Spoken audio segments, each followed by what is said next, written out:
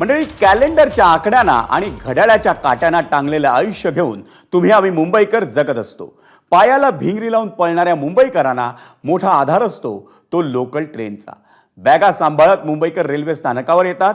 श्वास कोंडणाऱ्या गर्दीतून वाट काढत लोकलमध्येही चढतात. पण तिथंही चौथी सीट सोडाच, नीट उभं राहायला मिळालं तरी बास अशी मुंबईकरांची भावना असते. आणि त्यात आता मुंबईची ही जीवनवाहिनी अनेकांच्या आयुष्याची दोरी कापण्यालाही कारणीभूत ठरू लागली आहे. हे आम्ही म्हणत नाहीये, तर तशी धक्कादायक आकडेवारीच हाती आली आहे. आणि त्यावरूनच आता मुंबई हायकोर्टानं रेल्वे प्रशासनाचे कान पकडलेत.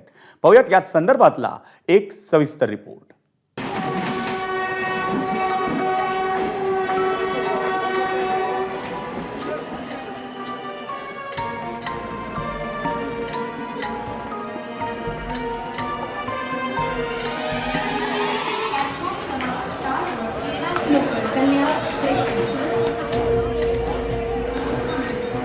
हा आवाज ऐकला की प्लॅटफॉर्मवर ताटकळत उभ्या असलेल्या मुंबईकरांना कधी काळी हायसं वाटायचं. मात्र ते दिवस आता गेल्यात. आता हा आवाज ऐकला की काळजात कालवा कालव होते आणि हृदय भीतीनं धडधडायला लागतं. कारण रोज तब्बल 65 ते 70 लाख प्रवाशांना घेऊन फिरणारी आणि मुंबईची जीवनवाहिनी असलेली हीच लोकल आता अनेकांच्या आयुष्याची दोरी कापू लागली आहे. कारण मुंबई लोकलमुळे होणाऱ्या मृत्यूचा दर 38.8%. मुंबईमध्ये लोकलमुळे रोज सरासरी 7 प्रवाशांचा मृत्यू. लोकलमध्ये 1 चौरस मीटर जागेमध्ये 16 प्रवासी दाटीवाटीनं उभे राहतात. परिस्थिती अशी, आता 5ची जी लोकल होती पहिले तिला AC करून टाकली. ती AC नाही करायला पाहिजे होती. नंतर पुढे बदलापूर गाडीला खूप गर्दी होते.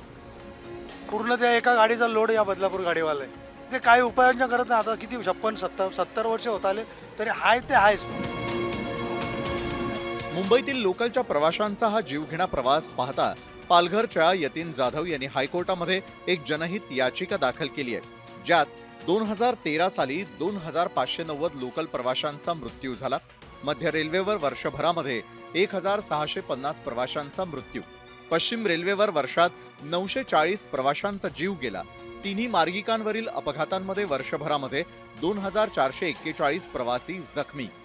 याचिकाकर्त्यांनी कोर्टापुढे ही धक्कादायक आकडेवारी मांडल्यावर हायकोर्टानं रेल्वे प्रशासनावरती कडक ताशेरे ओढले आहेत. रेल्वे प्रशासन प्रवाशांची जनावरांसारखी वाहतूक करतं. मोठ्या प्रमाणामध्ये प्रवासी वाहतूक करता म्हणून पाठ थोपटून घेऊ नका. ज्या पद्धतीनं प्रवासी प्रवास करतात ते पाहून कोर्टाला लाज वाटते. उपाययोजनांचा टेंभा मिरवता मग मृत्यूचा आकडा कमी का होत नाही?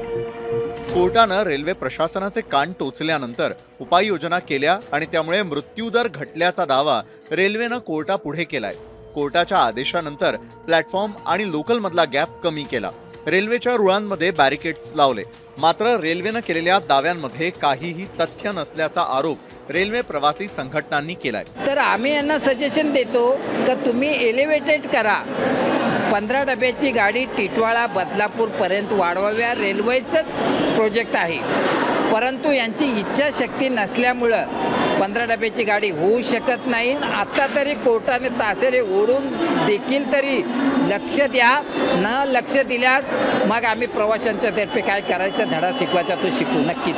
त्यामुळे कसं की ह्यांच्याकडे उपाययोजना आहेत, ह्यांना करायच्या नाहीत. जी मानसिकता पाहिजे, कारण आज कोणी GM ना किंवा DRM ना त्यांचे बॉसेस विचारतच नाही की लोकल तुमची वेळेवर चालते आहे का. त्यांना त्यांची जे लांब पल्ल्याच्या गाड्यांची ॲक्युरेसी विचारण्यात येते. आज त्यांना हे पण विचारण्यात येतं किती माणसं मेली. दिवसाला 7 ते 8 माणसं जर मरत असतील रेल्वे प्रवासी, मग ह्यांचा काय उपयोग काय? लोकलमधली गर्दी कमी करण्यासाठी उपाय करणं आणि त्यासाठी मुंबईतील कार्यालयांच्या वेळा बदलण्याच्या प्रस्तावाचं घुंगडं अद्याप भिजतच पडलंय.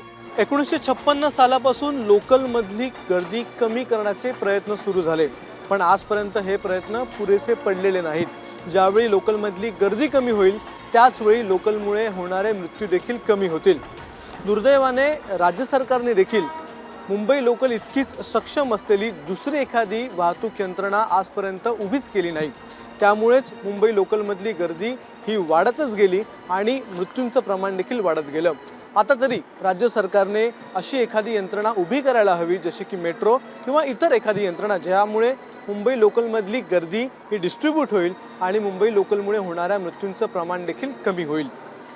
कॅमेरामन अनिलसह अक्षय भाटकर, ABP माझा, मुंबई.